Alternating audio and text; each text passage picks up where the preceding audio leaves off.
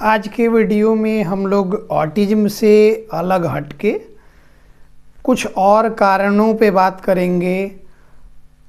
जो हमारी सारी बीमारियां हैं, बच्चों में जितनी भी तरह की बीमारियां होती हैं, वो ऑटिज्म हो या ADHD हो या फिर इससे एसोसिएटेड कोई भी न्यूरो डेवलपमेंटल डिसऑर्डर हो या फिर फिजिकल जो डिसऑर्डर होते हैं, मतलब कि खासकर पेडियाट्रिक डिजीजेज जो भी होते हैं, मतलब बच्चों से रिलेटेड जो भी डिजीजेज होते हैं, डिजॉर्डर्स होते हैं, उनके मुख्य कारण क्या क्या होते हैं और उनका समाधान कैसे किया जा सकता है, इस पे हम अब आगे डिटेल में चर्चा करेंगे। क्योंकि ऑटिज्म पे और इससे एसोसिएटेड जितनी भी प्रॉब्लम्स हैं, इस पे हमने बहुत बारी डिस्कस किया है। लगभग 300 के आसपास हमारे वीडियो हैं जिनमें कि ऑटिज्म और उससे एसोसिएटेड प्रॉब्लम से बात की गई है। तो हमें लगता है कि लगभग चीज़ों पे बात हुई है। अब कुछ दिन में हमारा जो पॉडकास्ट वो इंटरव्यू वगैरह शुरू होने वाला है, तो अलग अलग स्पेशलिस्ट आएंगे, तो उनके साथ जो हमारा इंटरव्यू होगा वो सारा कुछ चैनल पे अपलोड किया जाएगा। तब तक के लिए पेडियाट्रिक डिजीज सीरीज की शुरुआत करते हैं हम लोग, और उसमें सबसे पहले सारे जो डिजीजेज होते हैं, डिजॉर्डर्स जो बच्चों में होते हैं, उसके मुख्य कारण जो होते हैं वो जब आप जान लेंगे तो वो गलतियां आप कोशिश करेंगे, आप ध्यान में रखेंगे। अगर अवेयर रहेंगे पहले से, तो आपको पता है कि ये गलतियों की वजह से हो सकता है ऐसी प्रॉब्लम हो जाए बच्चे में। तो इन सब बातों को ध्यान में रख के आप ऐसा कर सकते हैं कि अपने बच्चे को वो बीमारी फ्यूचर में होने से बचा सकते हैं। सबसे पहले बात करते हैं कि किसी भी डिजीज को जब हम लेते हैं तो उसमें कुछ ना कुछ मुख्य लक्षण होते हैं उसके। जैसे कि डायबिटीज़ के 3 कार्डिनल सिम्टम्स बोले जाते हैं। कार्डिनल मतलब कि वो रहना ही है, वो मस्ट है सिम्टम्स। तो उसमें पॉलीयूरिया, पॉलीफाजिया, पॉलीडिप्सिया होता है कि मतलब कि ज़्यादा प्यास लगेगी मरीज को, ज़्यादा भूख लगेगी और ज़्यादा यूरिन पास होगा। तो ये 3 कारण जो होते हैं ये कार्डिनल साइंस होते हैं। इसके अलावा बहुत तरह के साइन सिम्टम्स मिलेंगे, लेकिन ये 3 उसमें होने मस्ट है।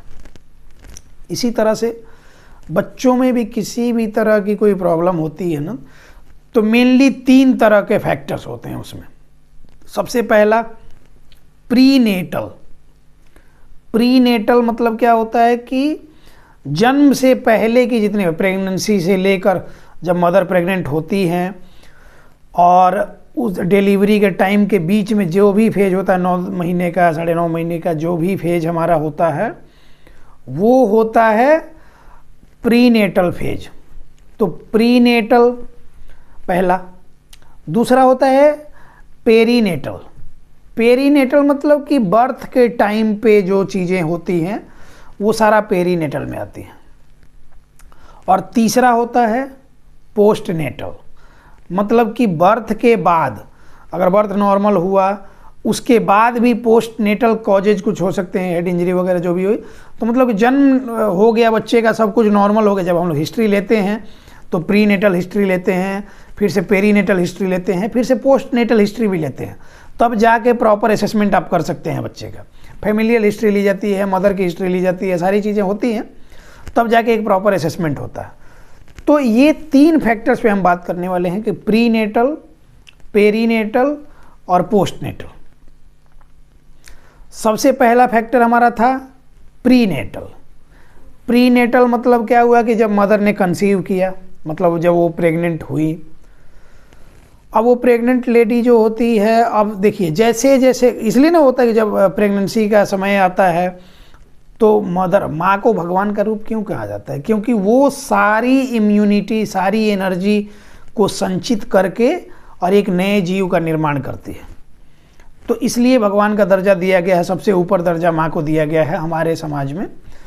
तो अब क्या है ना कि वो जो मदर वो कंसीव करी, अब सारा उसका जो भी ये है इम्यून सिस्टम है, उसकी एनर्जी है, बच्चे को बनाने में लग गई। अब हर कुछ उस बच्चे का मदर के थ्रू होके जाना है। वो अगर अमृत जा रहा है तो मदर के थ्रू होके जाएगा, वो जहर जा रहा है तो मदर के थ्रू होके जाएगा।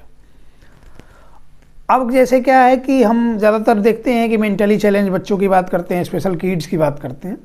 तो इसमें जब हम ये करेंगे ना, तो अगर मदर मान लीजिए कि किसी ऐसे जगह में रह रही है कि जहाँ पे पोल्यूशन ज़्यादा है, एयर पोल्यूटेड है, जैसे कि मेट्रो सिटीज़ वगैरह में एयर पोल्यूशन ज़्यादा है, वाटर का पोल्यूशन ज़्यादा है, तो जिस जिस तरह अगर पोल्यूशन एक्सेस पोल्यूशन वाले जगह में मदर रह रही है तो पोल्यूटेड एयर पोल्यूटेड वाटर ये कंज्यूम करेगी, वही बच्चे को जाएगा, तो बच्चा भी वही एयर वही वाटर कंज्यूम किया, तो उसकी वजह से प्रॉब्लम बच्चे में आएगी, सांस की प्रॉब्लम, फिर से उसके बाद से मेटाबॉलिक प्रॉब्लम, ये सारी चीज़ें डेवलप करेंगी। इसके अलावा मदर अगर स्मोकर है, अगर जैसे कि शहरों में होता है अक्सर लेडीज लोग सिगरेट वगैरह पीना ये करती हैं, तो अगर वो सिगरेट लेडी पी रही है तो उसका बच्चा भी पी रहा है, तो ये मतलब कि प्रेगनेंसी के टाइम की बात हो रही है, प्रीनेटल कॉजेज में। इसके अलावा आप नॉन हाइजेनिक कंडीशन में रहते हैं, जैसे कि स्लम एरियाज में क्या होता है कि हाइजीन मेंटेन नहीं होता है, तो नॉन हाइजेनिक कंडीशन में जब आप रह रहे हैं तो उसमें बहुत तरह के ऐसे फैक्टर्स हैं, इन्वायरमेंटल पैथोजेंस वगैरह हैं जिनका इन्फेक्शन आपको लग सकता है। टॉर्च इन्फेक्शन की बात हमेशा हम करते हैं कि एक ग्रुप ऑफ वायरस है जो कि नॉन हाइजेनिक कंडीशन में मदर पे वो अटैक करेगा और बच्चे को भी वो अफेक्ट करेगा, और बच्चे को अफेक्ट करेगा फर्स्ट ट्राइमेस्टर में अगर डायग्नोसिस हो गया टॉर्च इन्फेक्शन का, तो फिर क्या होता है कि वहाँ पे उसका सोल्यूशन हो सकता है, लेकिन फर्स्ट ट्राइमेस्टर पार करने के बाद अगर समझ में आया तो फिर सोल्यूशन थोड़ा सा मुश्किल होता है। उसके लिए गायनिकोलॉजिस्ट जो होते हैं वो डॉक्टर अच्छे से सजेस्ट कर पाएंगी या कर पाएंगे कि उसका मैनेजमेंट क्या होता है। हमने ये कारण बताया, तो इसलिए देखते हैं कि जो लोग प्रेग्नेंट लेडी को हमेशा ये करा जाता है कि पूरी तरह से साफ़ सुथरे वातावरण में रखा जाता है, साफ़ सुथरी बातें कहा जाता है कि अच्छा सोचो, अच्छा बोलो, अच्छी चीज़ें देखो, कि मतलब कि बच्चे पे उसी तरह का असर आए। गाँवों में ऐसा होता है, पुराने लोग सारी चीज़ें सिखाते हैं, इसलिए क्या किया जाता है गाँव में कि जो औरत का हस्बैंड है उसकी फ़ोटो रख दी जाती है कि हाँ ये तुम देखो। मतलब क्या होता है कि हर औरत को अपने पति की छवि मतलब ये होती है, तो वो दिखाया जाता है कि मतलब बच्चा उसी तरह का हो, मतलब ये एक तरह का ही है। या फिर जो आदर्श हैं, भगवान श्री राम हैं, भगवान श्री कृष्ण हैं, जिनको जैसा ये है तो उनके बारे में बातें करना, उनके बारे में ये करना। आप देखते होंगे कि जो प्रेगनेंसी के टाइम में ज़्यादातर उनको भजन पे और ये पे, मतलब गाँवों में, छोटे कस्बे, मोहल्ले, शहरों में इस तरह की चीज़ें होती हैं। धीरे धीरे शहरीकरण जहाँ जहाँ होते जा रहा है, अब लोग मॉडर्न होते जा रहे हैं, तो वो फिल्मों को देख के अब अलग कल्चर अपनाते हैं, उस पर हम नहीं जाएंगे, लेकिन हम ये कारण बता रहे थे। तो इन्वायरमेंटल पैथोजेन से भी अगर ये होगा, अगर मदर एल्कोहलिक है, जैसे मैंने बताया कि स्मोकर है, तो स्मोकर है तो लंग्स का इन्फेक्शन होना स्वाभाविक सी बात है बच्चे को। मदर अगर एल्कोहलिक है तो फिर लीवर की प्रॉब्लम बच्चे को होनी स्वाभाविक है। और एल्कोहलिक बोल रहे हैं तो ये कोई गलत नहीं बोल रहे हैं, अभी के टाइम में मैक्सिमम लेडीज हैं जो कि एल्कोहलिक हैं, तो ये कोई बड़ी बात नहीं है, तो वो भी अफेक्ट करेगा बच्चे को। इसके अलावा जब असेसमेंट किया जाता है तो मदर की पूरी हिस्ट्री ली जाती है कि प्रेगनेंसी के टाइम में उसको किस तरह का स्ट्रेस तो नहीं था, कोई एंजाइटी तो नहीं थी। अभी भी छोटे छोटे गाँवों में और छोटे छोटे शहरों में, कुछ खास कम्युनिटी में, कुछ खास जाति में ऐसा ये है कि पहला बच्चा जो हो वो लड़का होना चाहिए, लड़की नहीं होनी चाहिए। अगर किसी तरह से पता, हालांकि वो तो मतलब कि बैन है कि अगर ये लिंग परीक्षण हुआ तो ये तो मतलब कि पूरी तरह से इलीगल है और इस पर कानूनी कार्रवाई हो सकती है, लेकिन फिर भी लोग पैसा कमाने के लिए और रिमोट एरियाज में वो सब चीज़ें करवा लेते हैं, लोग कर भी देते हैं पैसे के लिए। पता चलता है तो लोग भ्रूण हत्या का भी ये होता है, ये सारी चीज़ें जो होती हैं, तो क्या होता है कि इन सब चीज़, या फिर प्रेशर बनाया जाता है मदर पे कि अगर बेटी है तो इसको ये कर दिया जाए। इस तरह की चीज़ें बहुत अब तो मतलब कि लोग अवेयर हो गए हैं, तो क्या बेटा क्या बेटी, लेकिन कुछ कुछ ये में होती हैं इस तरह की चीज़ें। तो वो प्रेशर अगर मदर नहीं चाहती है ये करना, तो एक तरह से उसका मेंटल स्ट्रेस, एंजाइटी वाली प्रॉब्लम आती है। बहुत सारे लोगों को हम ऐसे जानते हैं जिनके साथ ये प्रॉब्लम रही है। इसके अलावा फर्स्ट टाइम जब लाइफ में कुछ भी होता है ना, तो वो काफ़ी मतलब पैनिक वाला सिचुएशन होता है। जैसे कि जब हम लोग का मैट्रिक का बोर्ड का एग्ज़ाम, मैट्रिकुलेशन का बोर्ड का एग्ज़ाम जब आ रहा था ना, तो लगता था कि इस पिछले ही साल दे लिए होते तो इस साल इतनी चिंता नहीं होती, लेकिन हमको ये नहीं लगा कि पिछले साल भी हुआ होता तो यही सिचुएशन होती, लेकिन इस साल हम निकल गए होते उससे। तो वो वाली बात होती है। तो फर्स्ट टाइम में आप बोर्ड का एग्ज़ाम देने जाएँ, फर्स्ट टाइम में आप किसी जॉब के इंटरव्यू के लिए जाएँ, फर्स्ट टाइम में आप शादी कर रहे हैं, फर्स्ट टाइम में कोई जॉब कहीं ज्वाइन कर रहे हैं, फर्स्ट टाइम में कुछ भी काम आप करेंगे ना, तो थोड़ी हड़बड़ाहट और स्ट्रेस, एंजाइटी चीज़ें रहेंगी।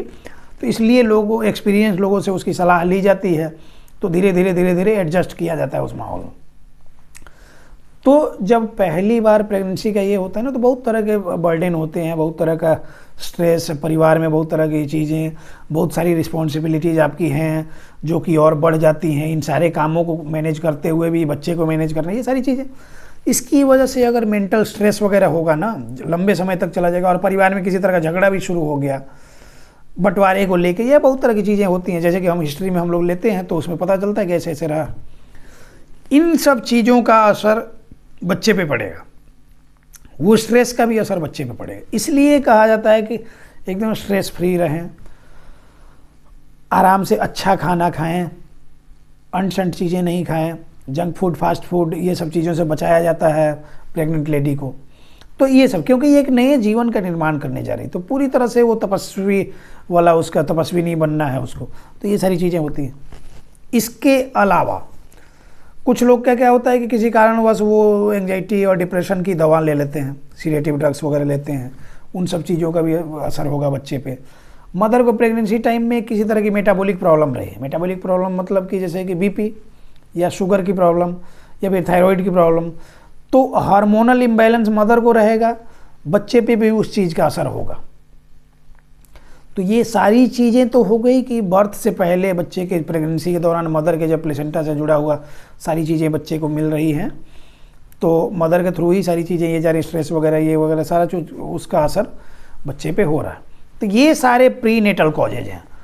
अब इसमें आप क्या करेंगे कि अगर अब इसका मतलब कि ये तो सारे हमने बता दिए ड्रॉबैक्स क्या क्या हो सकते हैं, इन सब चीज़ों का से नुकसान कितना हो सकता है। वही चीज़ को अगर जनरली क्या होता है कि हमारे यहाँ कुछ भ्रांतियाँ भी हैं, गलत तरह का मिथ भी है कि जैसे जो लेडी प्रेग्नेंट हो गई उसको काम नहीं करने दिया जाता, घर पे बैठा दिया, घर पे बैठा देने से वो लेजी हो जाएगी, ओबेस हो जाएगी, ओबेसिटी, हार्मोनल चेंजेज होंगे, ओबेसिटी ज़्यादा आएगी, इम्यूनिटी वीक हो जाएगी अगर वो लेडी बैठ गई। तो वो काम करते रहना चाहिए, फिजिकली एक्टिव रखना चाहिए, 5-6 महीने तक फिजिकली एक्टिव रह सकते हैं।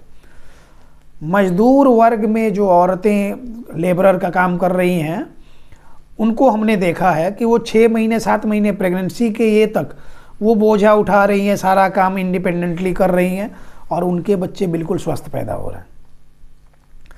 क्योंकि वो फिजिकली जब एक्टिव होती हैं ना, तो उनका अपना इम्यून सिस्टम जो होता है ना, वो बूस्ट होते रहता है। जो वो खा रही है वो सही से डाइजेस्ट हो रहा है, सही से यूटिलाइज हो रहा है, एब्जॉर्ब हो रहा है बॉडी में, तो वो चीज़ें बच्चे को मिल रही हैं। खाली बैठे बैठे वो इधर उधर की बातें सोचने से अच्छा है किसी काम में वो बिजी हैं, तो उससे उनका समय निकल पा रहा है, और इससे क्या हो रहा है कि बच्चे की परवरिश सही से होगी, बच्चे का निर्माण सही से हो रहा है। तो काम छोड़ के नहीं बैठना चाहिए, काम जो भी आप फिजिकली एक्टिव जितना रहेंगे उतना अच्छा है। तो इस टाइम में उसके अलावा आपको अच्छी अच्छी किताबें पढ़नी चाहिए, अच्छी अच्छी बातें करनी चाहिए, अच्छी अच्छी चीज़ें सोचनी चाहिए, पॉजिटिव थिंकिंग करनी चाहिए, मेडिटेशन वगैरह करना चाहिए, योगा वगैरह जिनको करना है कर सकते हैं। ये सारी चीज़ें करेंगे तो इसका सोल्यूशन होगा। अब हम आते हैं हमारे दूसरे कॉज पे, दूसरे फैक्टर पे, पेरीनेटल। पेरीनेटल मतलब कि जैसे पार्चुरेशन का टाइम आता है, डिलीवरी की टाइम आता है, तो डिलीवरी के टाइम पे जो चीज़ें होती हैं, जो भी घटनाएं घटित होती हैं, उन सबको पेरीनेटल ये बोलते हैं। तो पेरीनेटल फैक्टर्स की बात कर रहे हैं, पेरीनेटल कॉजेज की बात कर रहे हैं। तो पेरीनेटल कॉज में सबसे पहला ये होगा कि समय पे बर्थ हुआ कि नहीं हुआ, मतलब प्री टर्म हो रहा है या पोस्ट टर्म हो रहा है। मतलब जनरली 9 महीने का ये होता है, तो 9 महीने में अब क्या हो रहा है कि किसी किसी का 7 साढ़े 7 महीने में ही हो जाता है। एक आध सप्ताह आगे एक आध सप्ताह पीछे तक तो कोई प्रॉब्लम नहीं होती, ये एवरेज में इतना चलता है।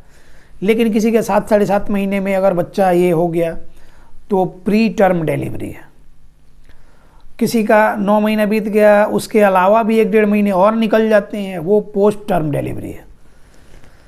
ये दोनों कॉजेज जो होते हैं ना, अब प्री टर्म में क्या होता है कि बच्चा पूरी तरह से प्रिपेयर्ड नहीं हुआ, किसी कारणवश कुछ प्रॉब्लम हुई मदर को, जैसे कि आजकल की जीवन शैली है, व्यवस्थित नहीं है ढंग से, मतलब ये नहीं हो रहा है, तो इसकी वजह से प्रॉब्लम हो रही है, तो प्री टर्म डिलीवरी होती है। सीजेरियन वगैरह कर दिया जाता है, जो ऑपरेशन से ये करा जाता है, सी सेक्शन डिलीवरी ज़्यादातर प्री टर्म कंडीशंस में।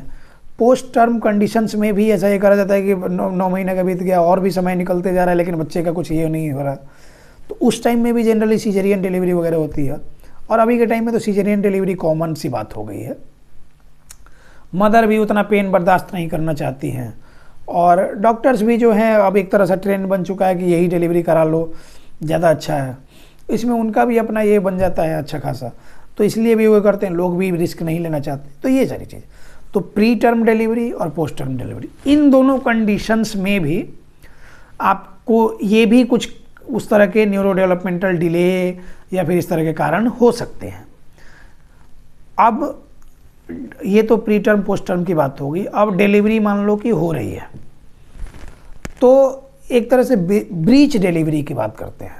कभी भी आप लोगों ने गर्भाशय का फोटो देखा होगा, उसमें मतलब प्रेग्नेंट लेडी के अगर यूटेरस का ये करा जाए तो वहाँ आप देखेंगे कि बच्चे का सिर नीचे की तरफ रहेगा और पैर जो होगा उसका ऊपर की तरफ होगा, मतलब वो ऐसे लटका होगा, सिर नीचे पैर ऊपर की तरफ। इसलिए जब वेजाइनल ये से बच्चा बाहर आता है तो पहले सिर बाहर आता है, उसके बाद पूरी बॉडी धीरे धीरे बाहर आती है। लेकिन ब्रीच डिलीवरी में क्या होता है ना कि बच्चा किसी कारणवश उल्टा हो गया। अब उसमें उस कंडीशन में पहले क्या होगा कि पैर बाहर आएगा, उसके बाद पूरी बॉडी बाहर आएगी। तो बोला जाता है कि उल्टा जन्म हुआ है, उल्टा जन्म हुआ है। गाँव में बहुत तरह का मिथ भी है कि जो उल्टा जन्म हुआ है वो किसी के भी दर्द पे हाथ मतलब कि पैर से अपना रख देगा, पैर चला देगा, झाड़ देगा तो ये हो जाएगा, वो ठीक हो जाए। मतलब गाँव में हमने बचपन में ऐसा देखा, वो बाकी अलग मिथ है। तो ये उल्टा जो ये हो रहा है इसको ब्रीच डिलीवरी बोलते हैं। इसके अलावा फोर्सफुल डिलीवरी, जब क्या होता है ना कि जब ये हो रहा है ना डिलीवरी, नॉर्मल डिलीवरी हो रही है और बच्चे को मदर पुश नहीं कर पा रही है, किसी कारणवश वहाँ के स्फिंक्चर प्रॉपरली काम नहीं कर रहे, रिलैक्सिन हार्मोन वगैरह रिलीज होता है कि थोड़ा सा वेजाइनल कैनाल को वो रिलैक्स करे, लुब्रिकेंट प्रदान करे कि धीरे धीरे बच्चा बाहर आवे, और तरह के बहुत सारे ये होते हैं हार्मोन रिलीज होते हैं। लेकिन उसमें कुछ कमी की वजह से, प्रॉपर रिलीज नहीं होने की वजह से बच्चा क्या होता है कि मदर पुश नहीं कर पाती है, बहुत ही पेन में रहती है। तो उस टाइम में क्या किया जाता है कि एक ये लगा के वैक्यूम क्रिएट करके और बच्चे को खींचा जाता है। तो उस कंडीशन में क्या होता है ना कि अगर गलत जगह अगर एक्सपीरियंस डॉक्टर नहीं है, एक्सपीरियंस्ड नर्स नहीं है, तो वो क्या होता है ना कि अगर हमारे ब्रेगमा के आसपास में अगर उसको लगा दिया गया वो वैक्यूम को, और उसकी वजह से क्या होगा कि कहीं ना कहीं हमारा, क्योंकि ये प्रॉपर फ्यूजन हुआ नहीं रहता है, इसलिए ना आप लोगों ने देखा होगा कि छोटे बच्चों में बोला जाता है यहाँ पे तेल लगा के रखा जाता है इतने दूर पे, और बोला जाता है कि इसको छूने का नहीं। मतलब वहाँ देखेंगे कि हल्का सा हाथ रखेंगे तो लगेगा कि वो दब रहा, मतलब उस बोन का प्रॉपर फ्यूजन हुआ नहीं होता, वो बाद में फ्यूजन होता है। वो क्रेनियल बोन है और उसका फ्यूजन हुआ नहीं, तो उस स्ट्रक्चर को ब्रेगमा बोलते हैं। तो इसलिए बोला जाता है कि उस जगह को नहीं ये करने का। तो उसी में अगर वैक्यूम ज़्यादा क्रिएट हो गया तो फिर वहाँ पे कुछ ना कुछ नर्व सेल को डैमेज कर देगा, इसकी वजह से भी बच्चों में प्रॉब्लम आ सकती है। ठीक है, तो हम बात करते हैं ब्रीच डिलीवरी की। और फोर्सफुल डिलीवरी, जो हमारा फोर्सफुल डिलीवरी, फोर्सेप्स डिलीवरी, मतलब कि वहाँ पे ये करके वैक्यूम क्रिएट करके खींचा जाता है। तो वो अब आते हैं कि बच्चा जैसे बाहर आ गया जिस भी कारण से, सिजेरियन डिलीवरी भी इसका कारण हो सकता है। अब जिस कारण से बच्चा बाहर आ गया, तो जैसे भी आ गया, बच्चा जब तक मदर के प्लेसेंटा से जुड़ा हुआ था ना, सारा न्यूट्रिशन मिल रहा था मदर से। अब बच्चा जैसे ही बाहर आया, जो नाल कटती है उसको काट दिया जाता है, मतलब कि मदर से कनेक्शन, उस तार जो जुड़ा था वो कट गया। अब बच्चा बाहर आ गया तो मदर से न्यूट्रिशन उसको कुछ नहीं मिलने को है। तो बाहर आएगा तो देखेंगे, जब बच्चा बाहर आएगा ना तो उसकी आंखें और मुंह बंद रहेंगे। तो बाहर आते ही बच्चा रोएगा नहीं ना, तो रोएगा नहीं तो मुंह नहीं खुलेगा, मुंह नहीं खुलेगा तो हवा नहीं जाएगी, हवा नहीं जाएगी तो उसमें से ऑक्सीजन फिल्ट्रेट होके ब्रेन सेल, हमारे जो नर्व सेल्स होते हैं उनको नहीं मिलेगा, और जब नर्व सेल्स को ऑक्सीजन नहीं मिलेगा तो हाइपोक्सिया बोलेंगे। हाइपोक्सिया मतलब ऑक्सीजन की कमी, जैसे हाइपोटेंशन मतलब ब्लड प्रेशर की कमी, उस जैसे हाइपोग्लाइसेमिया मतलब ब्लड शुगर के लेवल में कमी, उसी तरह का होता है हाइपोक्सिया, ऑक्सीजन के लेवल में कमी आएगी। और ऑक्सीजन के लेवल में कमी जब आएगी तो फिर क्या होगा कि उतने ही देर में 2-4 मिनट तक भी अगर डिले हुआ तो उतने देर में हमारे नर्व सेल को डैमेज कर देगा, ब्रेन सेल को डैमेज कर देगा, जिसकी वजह से सेरिब्रल पाल्सी देखने को मिल सकता है, या फिर उसमें क्या होगा कि कुछ बच्चों में इंटेलेक्चुअल डिजेबिलिटी देखने को मिल सकती है, बहुत सारे बच्चों में ग्लोबल डेवलपमेंटल डिले का ये कारण हो सकता है, फिजिकल और न्यूरोलॉजिकल माइलस्टोन्स डिले में। इसी तरह से मतलब कि उसके फंक्शनैलिटी में मतलब न्यूरो डेवलपमेंटल डिले आपको देखने को बच्चे में मिलेगा। सेरिब्रल पाल्सी, ज़्यादातर इस कंडीशन में सेरिब्रल पाल्सी का ये होता है। तो अब हालांकि इसको नॉन प्रोग्रेसिव लीजन बोलते हैं, उसके बाद बच्चा रोया तो ये करा, लेकिन उस उतनी देर में जो ब्रेन सेल डैमेज हो गया वो फिर कभी रिपेयर नहीं हो सकता। तो लेट क्राइंग भी एक तरह का ये होता है। इसलिए गाँवों में लोग भले ही इस साइंटिफिक कॉन्सेप्ट नहीं जानते हैं कि क्या है इसके पीछे रीजन, लेकिन बच्चा नहीं रोया तो पुराने लोग क्या करते हैं कि उल्टा लटकाएंगे, जैसे कि मदर के वो ये में था, गर्भाशय में जैसे वो था, गर्भ में जैसे था, उसी तरह बच्चे को उल्टा लेटाया जाता है और फिर उसके पीछे उसके बम पे ऐसे मारा जाता है। या फिर कुछ लोग प्रिकिंग करते हैं सेंसरी स्टिमुलेशन के लिए, पेनफुल स्टिमुलेशन देते हैं कि इस कारण से भी बच्चा रोएगा, रोते ही उसका ये खुलेगा, ऑक्सीजन सप्लाई तुरंत होगा। उल्टा के तुरंत ये मिले और तुरंत के तुरंत वहाँ पे सप्लाई हो, ब्लड सर्कुलेशन वगैरह प्रॉपर हो, तो बच्चे को प्रॉपर न्यूट्रिशन मिले, प्रॉपर ऑक्सीजन मिले, ताकि वो सही रूप से फंक्शनल हो सके। तो ये डिलेड क्राइंग की बात हो गई।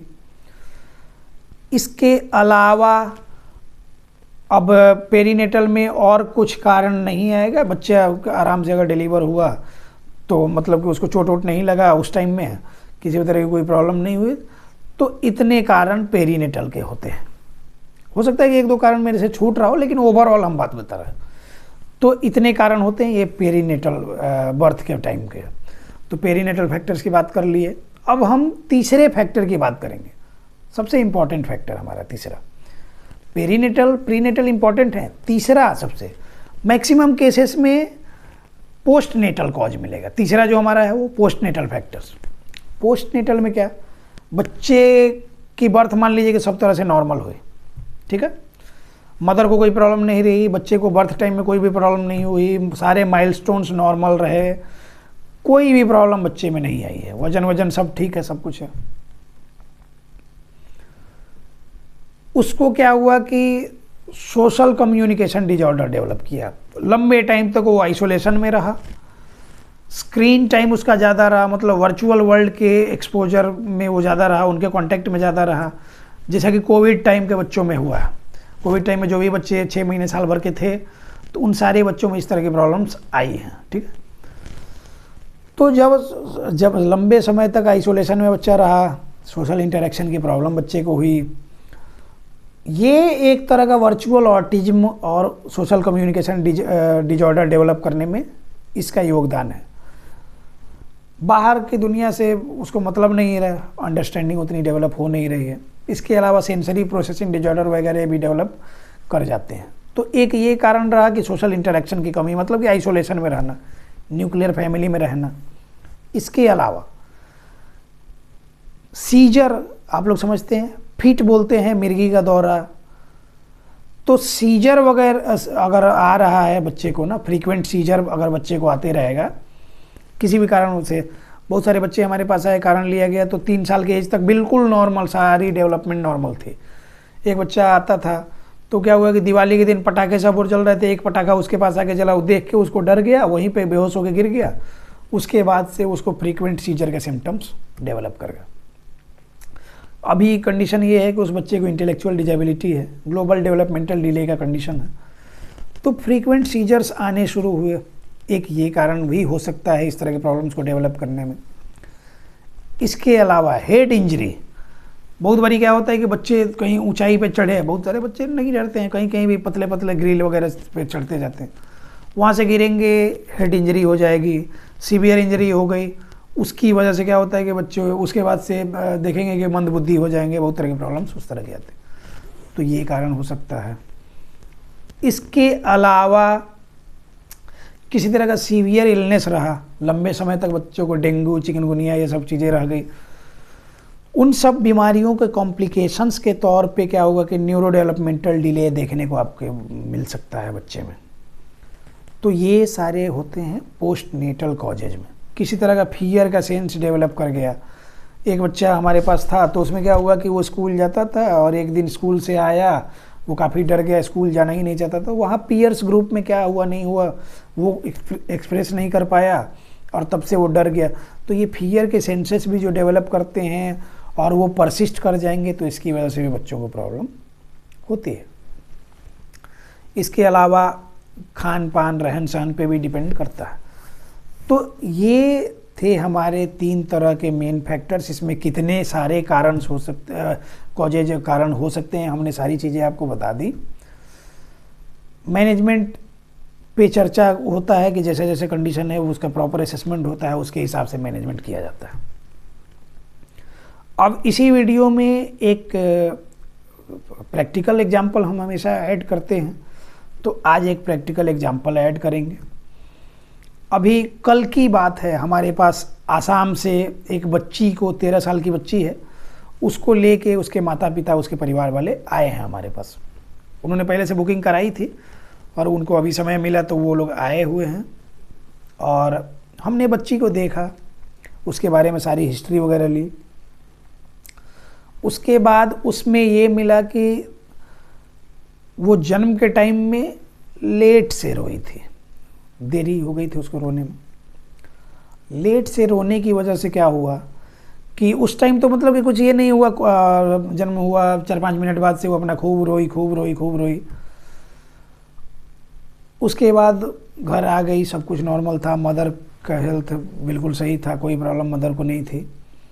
बस वो ब्रेस्ट फीडिंग में थोड़ी सी प्रॉब्लम आई थी, वो ब्रेस्ट फीडिंग करा नहीं पाई थी, तो लैक्टोज बेस्ड उसका ये था, उस टाइम डाइट था।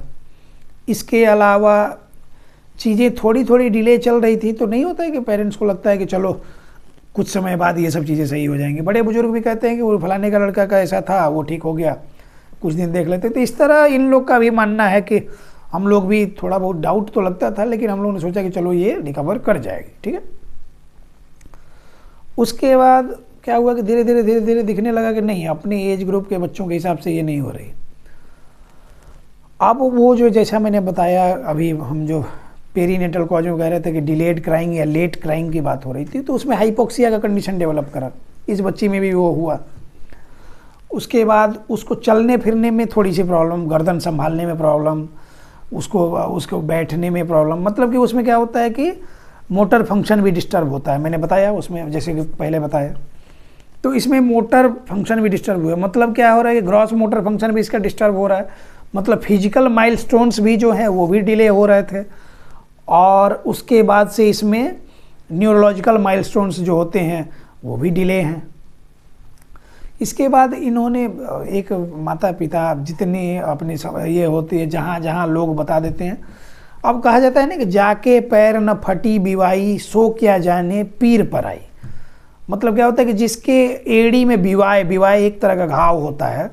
गाँव में खेती किसानी करने वाले लोगों को ज़्यादातर ठंडे के दिनों में बिवाय फट जाते हैं, तो पूरा एकदम होगा कि ऐसे लगेगा कि जैसे कि उसमें भाला वाला या फिर गड़ासा मारा हो, उतना दूर कटे जैसा निशान रहेगा और वो घाव बहुत दर्द करेगा।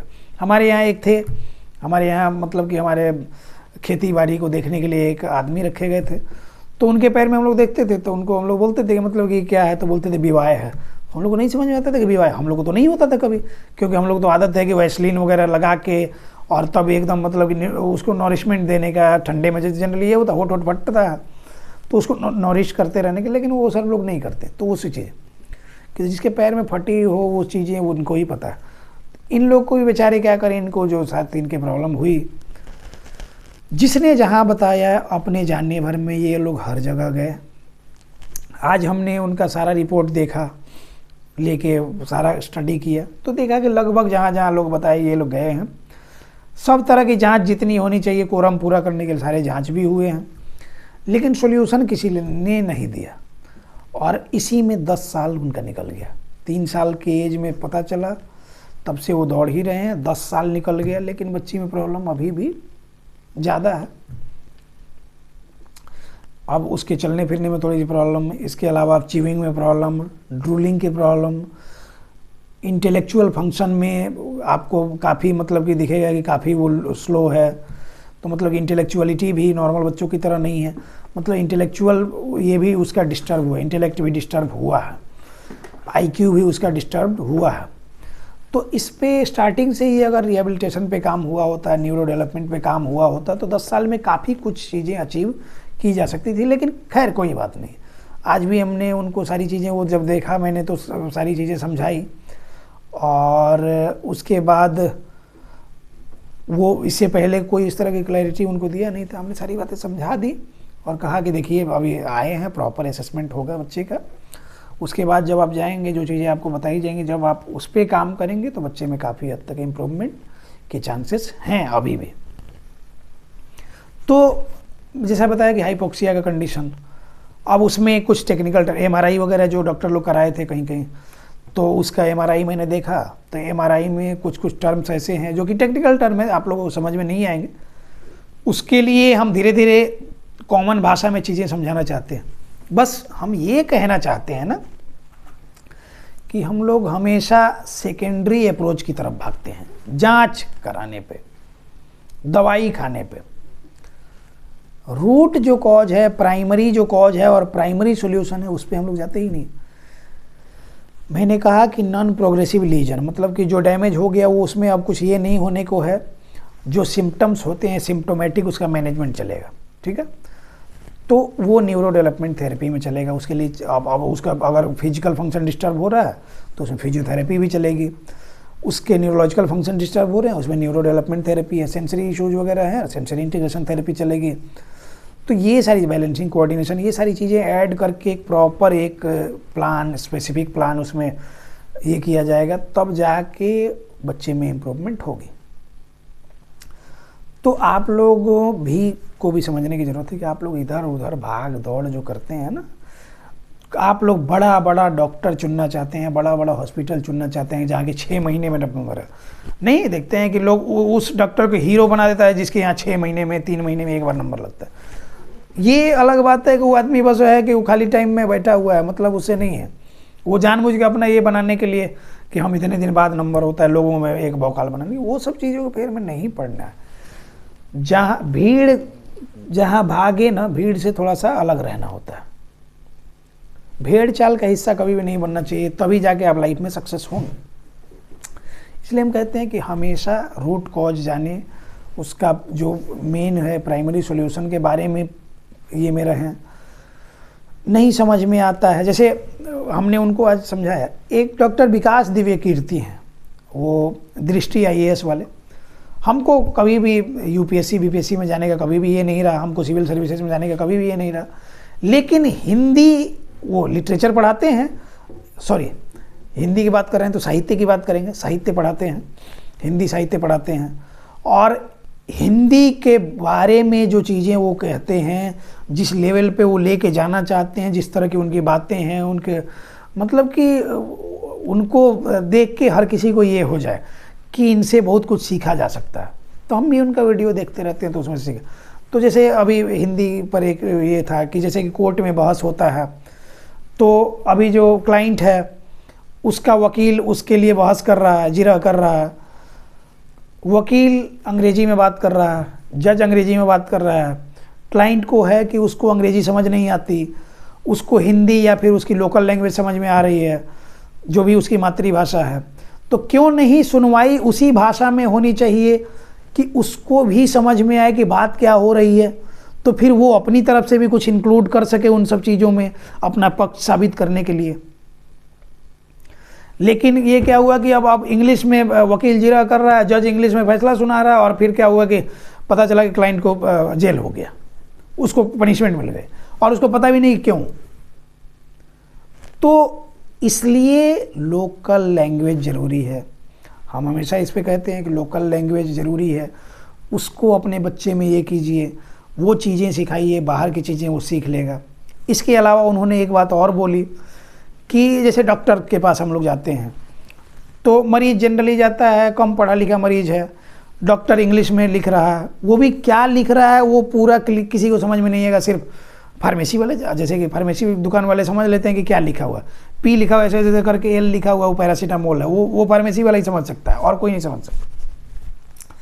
इसी तरह का और भी चीज़ें हैं कि वो प्रेस्क्रिप्शन बनाया, मरीज को क्या प्रॉब्लम है वो अपनी भाषा में बता रहा है, डॉक्टर अपनी भाषा में लिख रहा है, मरीज को वो चीज़ें समझ नहीं आ रही हैं, उसने जो बताई वही बातें लिखी हैं, या फिर डॉक्टर के दिमाग में वो वही रटा रटाया पैटर्न छपा है, वो चीज़ें ही उसने लिख दी हैं। मरीज अभी कुछ कहना चाहता है, उसके पहले जो अननेसेसरी जांच और ये सारी चीज़ें करा दी जाती हैं। मरीज को उसका केस एक्सप्लेन नहीं किया गया, उसको समझाया नहीं गया, तो फिर उस मरीज का सोल्यूशन कहाँ से होगा, उसको हल कहाँ से मिलेगा, उसकी बीमारी ठीक कैसे होगी। तो क्यों ना उसकी लोकल लैंग्वेज में, जब लोकल आप डॉक्टर हैं तो उसकी लोकल लैंग्वेज में आप लिखें, लोकल लैंग्वेज में उससे बात करें, तो वो समझेगा चीज़ों को। और जब वो अच्छे से चीज़ों को समझेगा ना, तब जाके ही वो अपनी तरफ से भी एफर्ट लगाएगा ठीक होने में। तो आपका भी नाम होगा, आपका भी ये होगा कि उनके पास गए थे तो वो काफ़ी प्रैक्टिकल अप्रोच पे काम करते हैं, practical based, evidence based approach पे काम करते हैं। तो हम भी यही चाहते हैं कि आप लोग भंवर जाल से निकलें, माया जाल से निकल के वास्तविक चीज़ों को आप लोग स्वीकार करें, रियलिटी को एक्सेप्ट करें कि कहाँ अब जो धांधली है, धांधली के पीछे नहीं जाना। जो भी प्रॉब्लम्स हुई उसको आप समझें। हम कहते हैं ना कि बच्चे को ठीक करने में सबसे बड़ा रोल किसी का हो सकता है, तो वो सिर्फ और सिर्फ पेरेंट्स का। पेरेंट्स के अलावा उसके बच्चे को बेहतर कोई नहीं देख रहा है, बेहतर कोई नहीं समझ रहा है। उसकी सांस के साथ उठना, उसकी सांस के साथ सोना, मतलब उसके सोने से के बाद सोना, उसके उठने से पहले उठना, ये होते हैं माता पिता। तो इनसे बेहतर बाहरी आदमी कैसे बच्चे को जान पाएगा। तो बिहेवियरल ट्रेनिंग हो, या फिर एडीएल ट्रेनिंग हो, या फिर दुनियादारी की ट्रेनिंग हो, वो माता पिता से बेहतर कौन दे सकता है? कोई नहीं दे सकता। तो आप ही उसके हीलर बन सकते हैं, आप ही बच्चे को हील कर सकते हैं। हाँ, उसका गुरु मंत्र चाहिए कि कैसे करना है, तो वो हम हैं। आप हमारे पास आते हैं तो हम आपको बताते हैं कि क्या करना है, जिससे कि आपका बच्चा मेन स्ट्रीम से जुड़ेगा, वो इम्प्रूव करेगा और धीरे धीरे मुख्य धारा में जुड़ेगा और सारे बच्चों की तरह नॉर्मल ज़िंदगी वो भी जिएगा। तो ये था सारा कारण, जो पॉसिबल रीजंस जो होते हैं, जितने भी कारण होते हैं लगभग इस वीडियो में हमने बता दिया। सॉल्यूशन के बारे में भी, कि सॉल्यूशन के बारे में कि आप रियलिटी में ज़मीन से जुड़ के रहें, दुनियादारी के पीछे ना भागें, बच्चों को आज़ादी दें बच्चों के बीच में खेलने जाने की। आप इकोनॉमिकल ग्रुप ना देखें कि आप बड़े हाई प्रोफाइल सोसाइटी वाले हैं तो आपको उसी सोसाइटी में ये करना। वो लोग तो ज़मीन से जुड़े हैं ही नहीं, वो तो हवा हवा में हैं। तो आप हवा में ना रहें, आप अपने बच्चे को बच्चों के साथ खेलने दें। को पुअर कम्युनिटी से आता है कि कहाँ से आता है, वो से मतलब नहीं है, कौन है नहीं है, बच्चों के साथ बच्चा खेलेगा तभी उसके जो बच्चों वाली चीज़ें हैं वो डेवलप करेंगे। वो इमोशंस, वो झगड़ा, वो प्यार, वो द्वेष, वो सारी चीज़ें डेवलप करेंगे। तो ओवरऑल डेवलपमेंट होगा कि जब आप बच्चे के साथ बच्चा बन के उसकी चीज़ों को समझेंगे। आप बच्चे को अपने तरह से चाहते हैं कि आपकी मैच्योरिटी बच्चे में हो, तो वो चीज़ें नहीं होंगी। आप बच्चा बन सकते हैं, बच्चा आपकी तरह नहीं बन सकता उस एज में। तो बच्चे के साथ आप बच्चा बनिए, और फिर क्या होता है, डॉक्टर के साथ आप पेरेंट बनिए। अवेयर होइए, be aware, be positive. Autism is curable. तो सिर्फ ऑटिज्म क्योरेबल नहीं है, इससे एसोसिएटेड सारी प्रॉब्लम्स क्योरेबल हैं। और जितने भी बच्चों में जो भी कारण होते हैं, जैसे इन्वायरमेंटल पैथोजन हमने छोड़ दिया, जैसे कि हमारे यहाँ बिहार में मुजफ्फरपुर एक ज़िला है, वहाँ पे हर साल आपको AES, एक्यूट इंसेफेलाइटिस सिंड्रोम एक कंडीशन होता है, वो सुनने को मिलेगा। जापानीज इंसेफेलाइटिस भी बोलते हैं। तो वो उधर के एरिया कुछ है कि उधर मतलब कि काफ़ी पोल्यूशन रहता है, उसकी वजह से इन्वायरमेंटल पैथोजेंस डेवलप करते हैं। और वो क्या करते हैं कि दिमागी बुखार भी बोल सकते हैं, एक्यूट इंसेफेलाइटिस सिंड्रोम। इंसेफेलाइटिस मतलब होता है कि ब्रेन की बात हो रही, एनाटॉमिकल टर्म होता है ब्रेन का एन्सेफेलाइटिस। तो एक्यूट एन्सेफेलाइटिस सिंड्रोम और ब्रेन का इन्फ्लेमेटरी कंडीशन होता है, सही टाइम से इलाज नहीं मिलने तो बहुत सारे बच्चे मर भी जाते हैं। तो ये सब भी इन्वायरमेंटल पैथोजेंस की वजह से होता है। तो इन सब चीज़ों से बच्चों को बचा के रखें। और फील्ड में भी जब आप डॉक्टर के पास जाते हैं तो सवाल जवाब करना सीखें। पॉजिटिव सवाल जवाब करेंगे तभी आपको, सवाल पूछोगे तभी आपको जवाब मिलेगा। सवाल ही नहीं पूछोगे जवाब कौन देगा? कौन बिना मतलब का अपना माथा ये करेगा, अपने सवाल बना बना के ये करना। तो उम्मीद करते हैं कि ये वीडियो आपके लिए काफ़ी हेल्पफुल रहेगा, हर एक पेरेंट्स के लिए। क्योंकि इसमें जो कंटेंट हमने ये करी आज तक के अपने एक्सपीरियंस के आधार पर, हम कभी भी स्क्रिप्ट पे वीडियो नहीं बनाते, बस बैठते हैं सोचते हैं आज क्या बनाना है उस पर बात करते हैं ताकि लोगों को समझ में आए अच्छे से तरीके से। तो उम्मीद करते हैं कि आपको वीडियो काफ़ी पसंद आया होगा, वीडियो काफ़ी हेल्पफुल लगा अगर तो आप इसको आगे शेयर भी करते रहिए और चैनल को सब्सक्राइब कर लिया कीजिए। हमारा सब्सक्राइबर सबसे स्लो है, मतलब हमारे सब्सक्राइबर बहुत धीरे धीरे बढ़ते हैं।